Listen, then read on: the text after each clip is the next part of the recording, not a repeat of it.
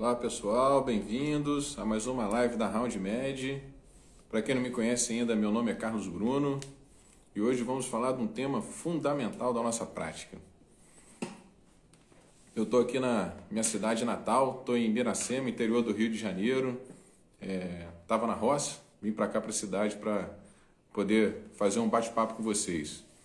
Vocês viram que eu coloquei aí no Instagram alguns casos clínicos para chamar a atenção para aquilo que a gente vai abordar aqui hoje. É sempre uma dúvida a gente definir se estamos diante de um paciente com uma crise convulsiva ou com uma outra tipo de crise que pareça uma crise convulsiva, né? Como eu estou aqui longe de casa, esqueci minha camisa oficial da RoundMed, mas espero que a conexão esteja boa e todos vocês possam aproveitar bastante. Então hoje o nosso tema principal é falando sobre epilepsia, a abordagem inicial e o tratamento inicial da epilepsia. Imagino que para todos vocês, assim como para mim, o grande desafio é: eu estou diante de um paciente com um evento paroxístico epilético, né, uma crise convulsiva, elétrico cerebral, ou eu estou diante de um evento paroxístico não convulsivo. Então o primeiro caso clínico que eu trouxe para vocês era de uma pessoa jovem, morador da zona rural, né, botei até por conta de eu estar aqui no interior, na minha terra natal, que não tinha condições de saneamento básico e teve um episódio de alteração da consciência. A pessoa teve desvio cefálico, desvio do olhar, uma postura localizatória. Guardem isso, quando a gente faz desvio cefálico e desvio do olhar, a gente está diante de uma crise focal. E o paciente perdeu a consciência, logo em seguida ficou em postura tônica e seguido de movimentos clônicos. Ele teve mordedura da língua, liberação esfincteriana e manteve o olho razoavelmente aberto durante as crises. E após a crise, o paciente teve um período de alteração da consciência prolongado. Então vamos recapitular: a gente teve um sintoma paroxístico abrupto, tem alguns sinais de localização, a descrição foi bastante fidedigna. Então muitas das vezes o paciente não vai poder dizer para você o que apresentou. Então é muito importante que dentro de uma consulta, pensando na crise convulsiva, a gente tenha terceiros, pessoas que observaram, que puderam ver o que aconteceu e vão dizer para a gente qual foi a sequência de eventos, porque em sendo um evento epilético, existe uma grande chance de aquele paciente não consiga referir absolutamente nada para a gente do que está acontecendo. Então toda essa descrição que eu falei do caso clínico até agora provavelmente foi presenciado por terceiros. Então desvio cefálico, desvio do olhar, postura tônica, queda no solo, seguida de movimentos clônicos, liberação esfincteriana. Então essa é a primeira dica, galera. Liberação esfincteriana ajuda a gente a pensar em crise convulsiva? Até ajuda sim, mas ela não tem uma especificidade grande. O paciente com síncope pode ter liberação esfincteriana, principalmente se a pessoa teve síncope e estava com a bexiga cheia. Ou vários outros tipos de crise e crises não epiléticas, né, também podem ter liberação esfincteriana. Então a liberação esfincteriana ajuda a reforçar, mas não dá nenhuma certeza para a gente. Agora, a mordedura de língua, galera, essa sim, mordedura de língua, principalmente na lateral da língua, tem um grande valor preditor para que aquilo seja um evento elétrico epilético, tá? O paciente faz os movimentos clônicos, ele vai mordendo com a mandíbula e vai mordendo a lateral da língua. Então isso é muito característico, eu quero que vocês guardem isso. Além disso, o nosso paciente teve o estado pós-ictal típico. Né? O que é o estado pós-ictal típico? O paciente há uma descarga, né, de neurotransmissor durante aquele evento elétrico. Né? O que é o evento epilético? Há uma descarga rítmica, né, elétrica, que vai gerar uma despolarização ininterrupta, uma atrás da outra. Esse paciente vai gastar os seus neurotransmissores. Quando acabou aquela atividade elétrica, os neurotransmissores depletados ainda não foram refeitos. Então o paciente vai ficar no famoso estado pós-ictal, ele fica sonolento, fica meio encefalopático, disártrico, não falando coisa com coisa, desorientado, algumas das vezes extremamente agitado, quando o paciente já tem um perfil agitado. Então o primeiro caso clínico é muito típico de um evento paroxístico epilético, elétrico, tá? Aquilo foi uma descrição de uma crise convulsiva. Já o segundo paciente era uma mulher jovem também, né? Ela saiu na hora do almoço para ir para uma fila para poder comprar um ingresso para o show. Algo extremamente comum, né? Deixou de almoçar, provavelmente não se hidratou corretamente, foi lá comprar um ingresso para o show. Chegou uma fila enorme como habitual e estava um dia quente e abafado. E ela teve sintomas premonitórios bastante característicos. O que ela apresentou? Ela apresentou uma sensação de mal-estar, seguido de turvação visual. Você pode até perguntar ao paciente se ele percebe que a visão vai afunilando de fora para dentro, como que a gente vê quando está acabando um filme, né? O filme vai fechando no final daqueles filmes mais antigos e fica só aquela bolinha no meio. Essa sensação é bem característica de síndrome de baixo débito. Além disso, ela teve sudorese profusa. Ela caiu ao solo e houve uma recuperação muito rápida. Ela perdeu a consciência por 1 minuto e após esse 1 minuto, ela estava completamente orientada. Por que ela estava orientada? Quando ela estava em pé, provavelmente ela teve uma hipotensão, né? Uma síncope, houve baixo fluxo cerebral. Quando ela deita e fica na horizontal, rapidamente o fluxo é estabelecido, porque a gente não tem que vencer gravidade, o paciente deitou. E logo que o fluxo volta ao normal, o cérebro volta a funcionar normalmente, porque não houve perda dos neurotransmissores, não houve aquele evento elétrico repetitivo que gastou neurotransmissor. Então a recuperação é rápida, não tem estado pós-ictal típico. Então eu descrevi um quadro clínico de uma paciente jovem, sem comorbidade, com todos os cortejos característicos, né, de uma síncope situacional, e essa paciente caiu e recuperou rapidamente. Então o segundo caso clínico ele não é compatível com o evento epilético. E o terceiro caso clínico, desculpa, antes ainda de terminar esse, eu botei 2 coisinhas para chamar a atenção ainda, para dar uma alfinetada, para deixar na dúvida. Que foi o quê? A paciente teve liberação esfincteriana, então pode acontecer liberação esfincteriana, isso não quer dizer que não seja um evento epilético, né? Então, como eu falei anteriormente, liberação esfincteriana não necessariamente quer dizer que aquilo é uma crise convulsiva. E ela teve 3 movimentos clônicos rápidos. Isso é muito comum quando o baixo fluxo cerebral, né, causa uma privação de fluxo para a área piramidal, a área motora. Então, o paciente faz alguns abalos clônicos, é rapidinho, geralmente não dura mais do que 3 segundos.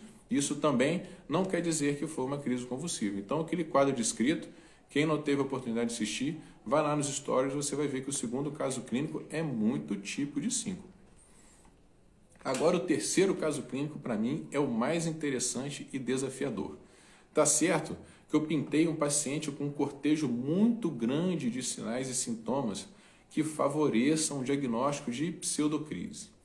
Mas vamos lá, desde o início. Era um paciente jovem, então grande parte dos pacientes com pseudocrise estão ali na adolescência, adultos jovens, é um período de maior transição hormonal e maior estresse, profissão, faculdade, enfim, aceitação. Então é um período mais comum de haver pseudocrise.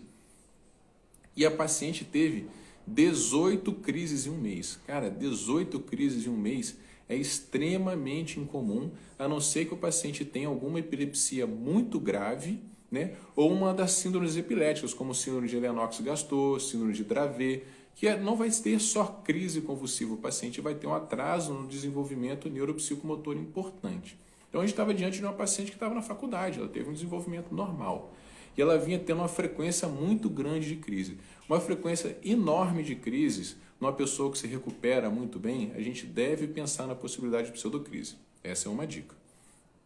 A segunda questão é refratariedade ao tratamento. Eu não falei isso no caso clínico, mas geralmente as pessoas com pseudocrise não respondem ao tratamento. Por quê? Porque a gente vai dar anticonvulsivante, mas aquele fenômeno elétrico não é um fenômeno elétrico epilético, crise convulsiva. Então a pessoa geralmente é refratária. Uma outra dica importantíssima também é a duração prolongada da crise. A gente sabe que a definição atual de status epiléticos é uma crise ininterrupta, né? Uma crise motora ininterrupta, por mais do que 5 minutos, se ela for generalizada, ou mais que 10 minutos, se ela for focal, né? Então isso a gente já define status epiléticos para um paciente. Então uma pessoa que tem crises muito prolongadas, mais do que 30 minutos, fora de um contexto grave, TCE grave, suspeita de encefalite, né, um paciente que a gente tenha já outros sinais e sintomas para aquela crise, a gente deve pensar na possibilidade de pseudocrise. Então, a paciente tem crise muito prolongada e flutua a intensidade da crise. Isso não acontece no paciente epilético. A crise se acentua e relaxa, volta a acentuar e relaxa. Há um crescente de aumento e diminuição da intensidade dos movimentos. Isso é uma coisa muito sugestiva de pseudocrise. Além disso, movimentos alternados de cabeça para um lado para o outro ou movimentos alternados de um braço para o outro. Isso também não acontece numa crise convulsiva. Isso é sinal de um evento um evento paroxístico não epilético, que seria a definição correta. Eu botei o nome pseudocrise porque já está muito conhecido de todos nós, mas hoje tem se preferido usar como evento paroxístico não epilético, para você não definir que aquilo é psicogênico. Mas, de qualquer forma, você vai ver o paciente fazendo movimentos alternados de um lado para o outro. Isso é muito sugestivo de pseudocrise.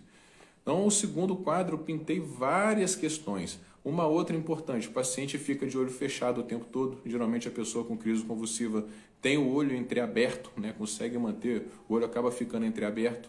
Quando a pessoa tem uma crise bilateral, ambos os membros se movimentam, caracterizando uma crise generalizada, né? Ou uma crise focal com generalização, o paciente perde a consciência. Essa paciente, ela dizia que conseguiu ouvir todos que estavam ao redor. Também isso não é compatível com evento elétrico generalizado ou com generalização. E uma outra questão também bastante importante é que essa paciente, ela não teve o estado pós-ictal típico, né? O paciente, logo depois que teve a crise, ela se recuperou mais rapidamente. Então, essas são várias coisas que a gente tem que ter atenção para pensar que estamos diante de um evento paroxístico epilético ou não. Tá? Então, essa é a primeira função. A nossa segunda missão dentro da paciente que chegou para você com uma crise convulsiva é a gente classificar essa crise convulsiva. Eu estou diante de uma crise focal ou de uma crise generalizada? A gente, como clínico, a gente não precisa classificar a crise completamente toda. Eu vejo do ponto de vista prático que a gente pode dividir entre grandes dois grupos. Se eu estou diante de uma crise generalizada, eu só estou de uma crise focal. As crises ainda podem ser consideradas como desconhecido o início da crise também. Mas a gente sempre deve se esforçar muito para determinar. Qual é a grande razão da necessidade de determinar o tipo de crise? Porque o tratamento ele muda completamente se eu estou diante de uma crise focal ou de uma crise generalizada. Existem fármacos que tratam tanto crises focais como generalizadas. Porém, eles não são tão bons como quando a gente faz um tratamento direcionado, específico. Eu estou determinando o tipo de crise e estou fazendo o melhor tratamento para aquela crise. Então, a gente usar uma amiodarona para controlar uma arritmia cardíaca, por exemplo, fazendo analogia, não é melhor do que a gente usar um tratamento específico para aquele tipo de arritmia cardíaca. O mesmo vale para epilepsia. Na verdade, isso para epilepsia ainda é mais determinante. O primeiro caso clínico é um paciente com crise focal. O que é uma crise focal? É uma crise onde eu sou capaz de determinar aonde ela começou. Então, vou dar um exemplo para vocês. Quando a gente começa com uma crise convulsiva no lobo occipital, eu vou ver bolas coloridas, imagens geométricas que aumentam e diminuem de tamanho e somem rapidamente, que são diferentes das auras visuais do paciente com enxaqueca. A aura visual do paciente com enxaqueca, ela dura mais de 5 minutos, geralmente durando até 1 hora. Os eventos elétricos cerebrais do lobo occipital, eles são geralmente várias imagens coloridas formando e sumindo com formas geométricas diferentes. Então, eu atendi uma vez uma paciente que já tinha crises focais, né, occipitais há muito tempo, que eram tratadas como crise de enxaqueca. E ela foi procurar um neurologista aqui no Brasil, que ela não era do Brasil, porque aqui no Brasil ela teve uma crise generalizada. E aí ela foi parar no meu consultório. Eu conversando com ela, assim, estava muito tranquilo de entender que aqueles eventos paroxísticos já eram uma crise focal. Então, ela teve uma crise focal previamente durante vários anos. E quando ela estava aqui no Brasil, essa crise focal occipital evoluiu para generalização secundária. Então, eu consegui classificar muito bem a crise dela. O que é uma crise generalizada? A crise generalizada é aquela que eu não consigo dizer onde ela começou. Ela cai rapidamente numa via rápida, que dissemina para os dois hemisférios muito rapidamente, a ponto de eu não conseguir localizá-la. Então, essa que é os grandes dois grupos que eu acho que a gente deve tentar diferenciar. E a gente conseguindo descrever ainda mais cada um desses grupos, ainda fica cada vez melhor. Eu posso dizer que é uma crise generalizada de ausência, eu posso dizer que é uma crise generalizada mioclônica. Então, isso pode ser importante. Por quê? Quando eu estou diante de uma crise generalizada mioclônica, isso influencia durante o tratamento, porque os bloqueadores do canal de sódio pioram epilepsias mioclônicas, da epilepsia mioclônica juvenil. Então, se eu pego um paciente com epilepsia mioclônica juvenil na emergência e eu começo para ele idantal, esse paciente vai piorar a crise. Então, eu tenho que começar ácido valproico. Então, eu consegui determinar que esse paciente teve uma crise focal ou generalizada. vem a outra grande pergunta. Essa crise que eu apresentei, ela é uma crise provocada ou é uma crise não provocada? Essa informação é fundamental. Então a gente tem que fazer uma história farmacológica e disposições a riscos muito detalhadas, porque uma pessoa que teve uma crise convulsiva em vigência de abuso ou abstinência de álcool, eu tenho que tratar o abuso ou abstinência de álcool, não adianta eu ir tratar a epilepsia dele diretamente. Se eu estou diante de um paciente que internou no hospital com uma neutropenia febril e eu comecei cefepime em altas doses, esse paciente fez uma crise generalizada e ficou encefalopático, eu tenho que perceber que aquele cefepime provocou aquela crise. Uma vez que eu retire esse agressor, esse paciente não vai ter crises futuramente, então ele não é epilético. O que é epilepsia? É quando o paciente tem uma enfermidade cujas crises convulsivas façam parte dessa doença e que demandem uma recorrência das crises. Uma pessoa que tem uma única crise provocada, né, ou seja, eu me expus a fator de risco, vou dar um outro exemplo que é da prática da gente aqui, do pessoal que está me assistindo. Estudante de medicina, jovem, estudando pra caramba para a prova, começa a usar medicações para estimular a atenção. Ritalina, né, modafinila, Vinvance, fica usando esses fármacos para poder talvez aumentar o rendimento, o que não é uma verdade, né? A não ser que a pessoa tenha realmente um transtorno de déficit de atenção. Além disso, toma cápsulas de cafeína e vira a noite sem dormir para poder estudar cada vez mais. Esse paciente está se expondo a vários gatilhos que predispõem a crise convulsiva. Uso de anfetamina, uso de psicoestimulante, o paciente está deixando de dormir. Então, essa pessoa pode ter uma crise convulsiva e ela não ser epilético, porque houve um agressor.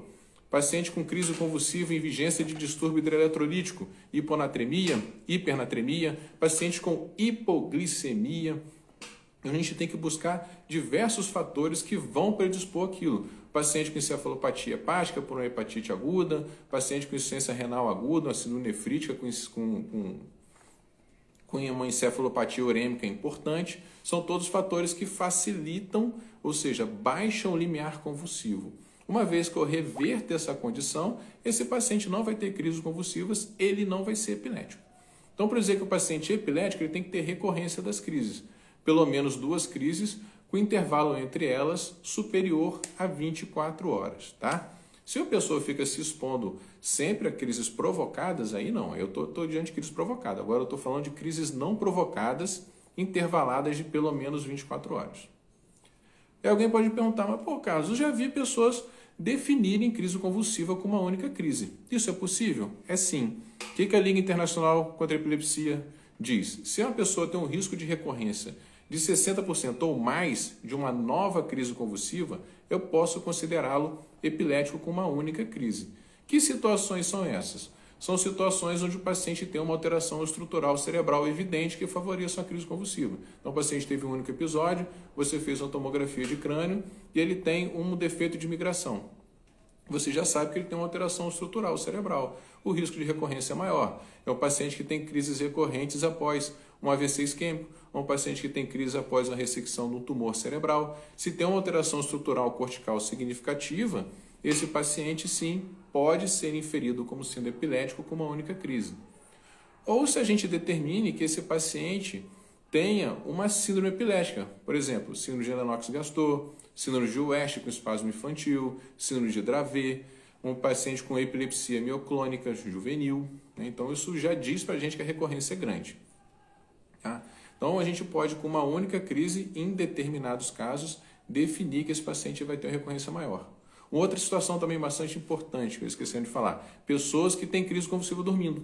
Pessoa que tem crise convulsiva dormindo tem uma grande chance de recorrência de crise. Então, se o paciente acaba procurando você porque algum familiar falou que ele teve uma crise dormindo, com uma única crise você está autorizado a começar o tratamento.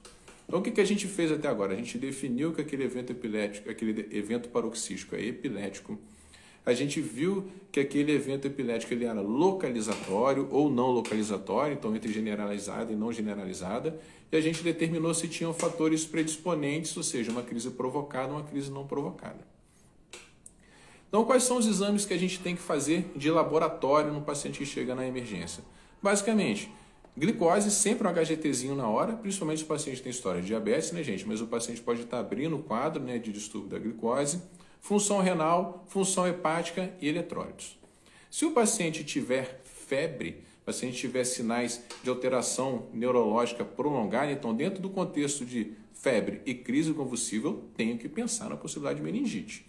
E aí sim, o nosso hemograma vai dar uma grande dica para a gente. Se o paciente tiver leucocitose importante, a gente vai ter que indicar a punção lombar.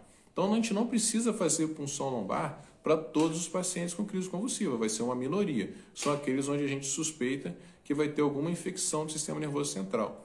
Meningite, encefalite, tá? Agora, o eletroencefalograma. Qual é o grande valor do eletroencefalograma? O eletroencefalograma, ele vai captar no scalp, através de eletrodos, a atividade elétrica que está ocorrendo no córtex. Tá? O eletroencefalograma, ele tem uma sensibilidade muito baixa, gente. Então, numa pessoa com o primeiro evento paroxístico que você considera que aquilo é convulsivo, a chance do eletroencefalograma... Desculpa, gente, travou. A chance do eletroencefalograma flagrar um evento paroxístico é em torno de 15% a 50% no adulto. Então é muito baixo, principalmente se a duração do eletro for muito pequenininha. Então, novamente, fazendo uma analogia com o pessoal da cardiologia. Se a gente faz um eletrocardiograma, a chance da gente flagrar uma FA no contexto de AVC é muito pequeno.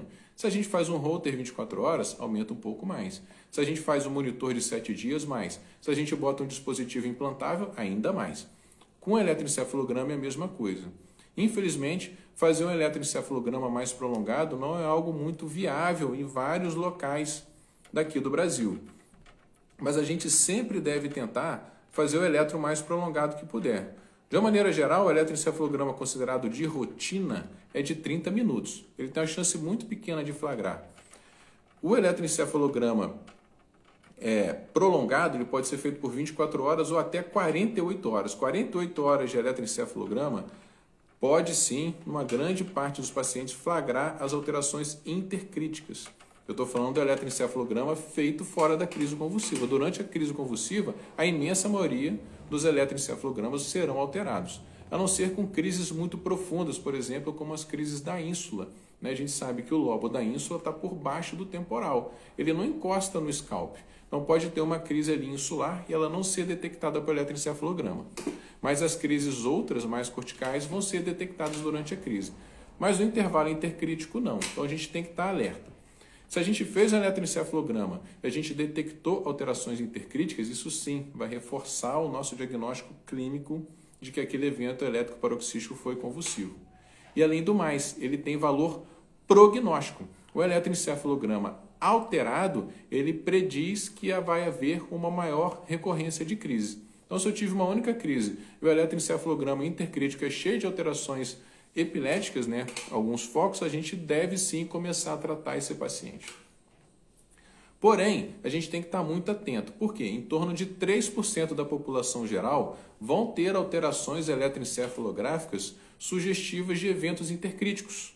E não quer dizer que aquela pessoa tem epilepsia. Essa é uma das grandes críticas à solicitação de eletroencefalograma de rotina para as pessoas que vão para as Forças Armadas. Porque você pode ser uma pessoa normal, nunca vai ter uma crise convulsiva, e você fazer um eletroencefalograma e vai ter algumas alterações intercríticas ali, e não quer dizer que você vai ter crise convulsiva. Então a gente tem que estar atento em interpretar o eletroencefalograma dentro do contexto de um evento paroxístico epilético.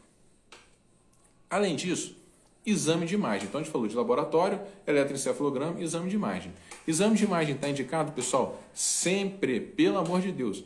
Eletroencefalograma não precisa ser feito na emergência. Agora, exame de imagem tem que ser feito na emergência, no primeiro evento sugestivo de crise convulsiva. Por quê? Porque o que está por trás daquela crise convulsiva pode ser algo gravíssimo. Aquilo pode ser um tumor cerebral, aquilo pode ser um abscesso cerebral. Então, a gente tem que detectar aquilo rapidamente, uma hemorragia subaracnoide. Então, o primeiro evento elétrico sugestivo de crise convulsiva, eu estou obrigado a fazer um exame de imagem. A tomografia me resolve? Ela me resolve. Ela me resolve minha situação ali na emergência. Mas a ressonância é muito mais sensível. A ressonância é capaz de ver pequenas alterações dos giros corticais, pequenos defeitos de migração do neurônio para o córtex, que vão predispor a crises, pequenas lesões que não são detectadas na tomografia. Então, no contexto de emergência, faz a tomografia, galera, resolveu. Dá alta para o paciente encaminha pedindo já uma ressonância magnética, que a ressonância magnética sim pode acrescentar muito para a gente, tá? Então seriam basicamente, num paciente de rotina, esses exames que nós vamos solicitar. Eletroencefalograma prolongado, eletroencefalograma com vídeo eletroencefalograma. Quando que eu vou indicar? Eu vou indicar principalmente, a principal indicação, guarda aí para vocês, é o paciente que eu suspeito de pseudocrise. Por quê? Porque eu vou pegar e fazer um eletroencefalograma e filmar a crise. Então eu vou ter duas informações. Eu vou ter uma informação elétrica, que eu vou ver no traçado do EEG, e eu vou ter uma informação visual para eu observar aquela crise e entender se aquela crise que está se apresentando é uma crise que sugira um evento epilético. Então o vídeo eletroencefalograma, ele dá muitas informações para a gente. Boa parte desses pacientes com pseudocrise estão usando múltiplos fármacos, porque elas são refratárias, né? Vários fármacos não são capazes de tratar. Então esses fármacos são retirados durante o vídeo e você vai tentar forçar aquele paciente a ter uma crise para que você possa flagrar tanto no eletroencefalograma quanto no vídeo. Então essa é a grande indicação do vídeo eletroencefalograma.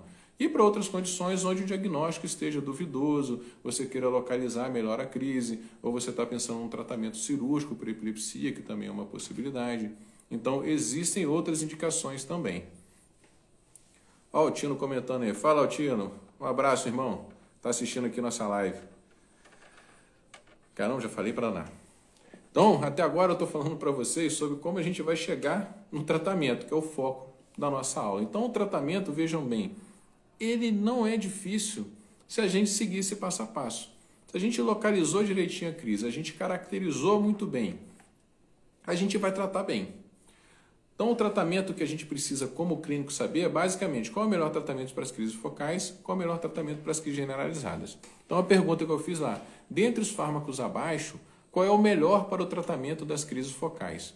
Eu coloquei lá carbamazepina, ácido valproico e levetiracetam. Eu botei justamente para poder alfinetar. Por quê? Porque a carbamazepina é um anticonvulsivante antigo, tem uma série de efeitos colaterais, porém é um fármaco extremamente eficaz para tratamento das crises focais.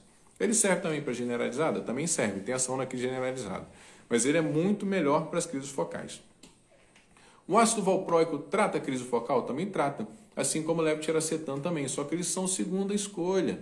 Dentro daquilo que eu falei, se eu consigo dizer que a crise é focal, é melhor usar o melhor remédio para a crise focal. O ácido valproico até a trata, mas ele não é o melhor. Então, provavelmente, eu vou precisar de doses maiores, efeitos colaterais maiores. Então, a carbamazepina, dentre aqueles, é o melhor. Então, quais são os tratamentos de primeira linha para a crise focal? Carbamazepina, oxcarbazepina, não é a oxcarbazepina, tá, pessoal? É oxcarbazepina e lamotrigina. Então, esses três são os melhores fármacos para as crises focais. Existem outros também, mas guarda esses três que vocês já vão conseguir tratar grande maioria dos pacientes. E para a crise generalizada? Crise generalizada é aquela que eu não consigo dizer onde ela começou. Qual é o melhor tratamento? Então, eu botei lá para vocês ácido valproico, lacosamida e oxcarbazepina. Botei também por quê? Porque dentre esses, o único que vai tratar a crise generalizada é o ácido valproico. A oxcarbazepina só trata a crise focal, assim como a lacosamida também só trata a crise focal. Então são fármacos excelentes, mas se eu escolher eles para poder tratar uma crise generalizada, eu vou me dar mal, não vai ter eficácia nenhuma. Eu vou me dar mal não, né, coitado? É o paciente que vai acabar se dando mal. Então a gente conhecer e detectar qual é o tipo de crise é fundamental. Então o tratamento das crises generalizadas. Quais são os fármacos que eu vou escolher como primeira linha? Ácido valproico, levetiracetam e a lamotrigina. Então vejam bem, a lamotrigina ela também é boa para tratamento de crise generalizada. Não é tão bom quanto o ácido valproico ou quanto o levetiracetam, mas ela também é muito boa. Então a lamotrigina é um fármaco bastante interessante para a gente se acostumar a usar, porque ele serve tanto para crise focal quanto para crise generalizada, é a primeira linha para os dois. O que a gente tem que ter atenção com a lamotrigina? A lamotrigina, infelizmente, é um fármaco que a gente não pode subir rápido a dose dele. A lamotrigina está muito associada à síndrome de Stevens-Johnson, farmacodermias graves. Então a gente tem que subir no máximo 25 miligramas a cada 15 dias, eventualmente 50 miligramas, até a dose de 100. A partir da dose de 100, a gente vai poder aumentar mais rapidamente, 50 miligramas a cada 15 dias. Então vejam bem, se eu estou diante de um paciente com crises convulsivas recorrentes, no contexto de alguma doença grave, a lamotrigina não vai ser uma boa opção, porque eu não vou poder escalar a dose rapidamente para atingir nível terapêutico. Eu vou ter que escolher outras medicações. Então, como é que a gente escolhe a melhor medicação para o nosso paciente? A gente vai determinar qual é o tipo de crise, mas a gente tem que estar muito atento também aos efeitos colaterais. Por exemplo, ácido valproico. O ácido valproico é ótimo para crise generalizada, é a primeira escolha para crise mioclônica. Porém, se eu estiver usando numa mulher jovem que tem intenção de engravidar, ele é um fármaco extremamente teratogênico, eu não vou usar, eu vou escolher outra opção. Então, se eu for usar o ácido valproico numa mulher jovem, em idade fértil, eu tenho que ter certeza de que ela vai fazer um método contraceptivo muito eficaz. Ainda vou lembrar mais uma coisa, quase todos os anticonvulsivantes diminuem a eficácia de pílula anticoncepcional. A gente tem que orientar isso também, porque muitos são pacientes jovens. Eu estou começando um remédio para você, o remédio é ótimo, você vai conviver, provavelmente vai levar uma vida normal usando o anticonvulsivante, mas você tem risco de engravidar mesmo usando anticoncepcional. Tem que falar isso abertamente, diretamente para a pessoa. Porque se eu estou usando um fármaco, principalmente se ele for teratogênico, eu vou expor a mãe e a criança a risco. Tá? Então, deixa eu ver o que é mais importante para falar para vocês, pessoal. Com relação também aos efeitos colaterais. Por exemplo, topiramato. Topiramato é um ótimo fármaco. Muita gente usa o topiramato para poder tratar. Só que ele tem muito efeito na cognição.